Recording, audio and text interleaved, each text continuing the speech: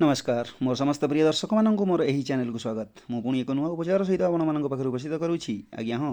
गोईठू आरंभ कर चुटी पर्यंत जी शिरा प्रशिरा अच्छी ताहा मुझे कहि आपने जानवे आम मान जीवन शैली में दैनिक जो खाद्य सब खाऊे ताहा आम शरीर प्रति बहुत क्षति पहुँचाऊँ से आजिकल बहुत कम बयस बहुत रोग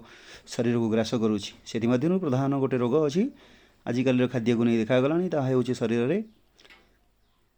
कला शिरा पड़ा शिरा प्रशिरा ब्लकेज होगा देखूँ यही सब देखा यही सब देखा यही संबंधित रोग होगा कारण रक्त संचालन में बाधा बहुत सृष्टि कराए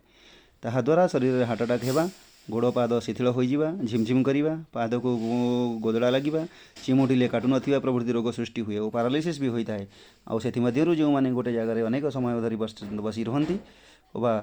काम करती से अधिक सतर समस्या हुए गोटे जगार अधिक समय बसी रहा कारण शिरा प्रशिरा रक्त जमाट बांधि दिए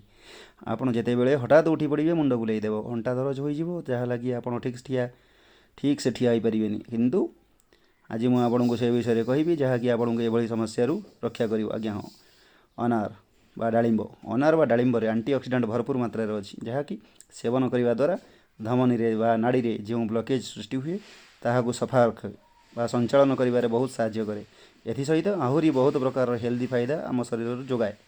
अनार बा डालिंब आपण जदि नियमित भाव अनार बा डालिंबर रस खाइबे 100 ରୁ 150 ml पीबे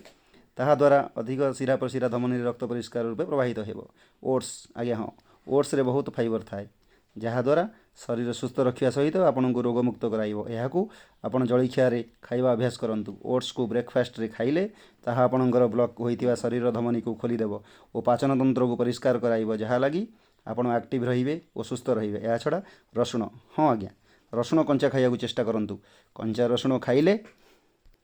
शरीर में कोलेस्ट्रोल आदौ बढ़ी न थाए कि बढ़िया को दिए ना ता सहित ब्लॉक होइतिबा शिरा टाण लगुवा शिर मोटा पड़ी शिर कला पड़ी शरीर को सफा रखे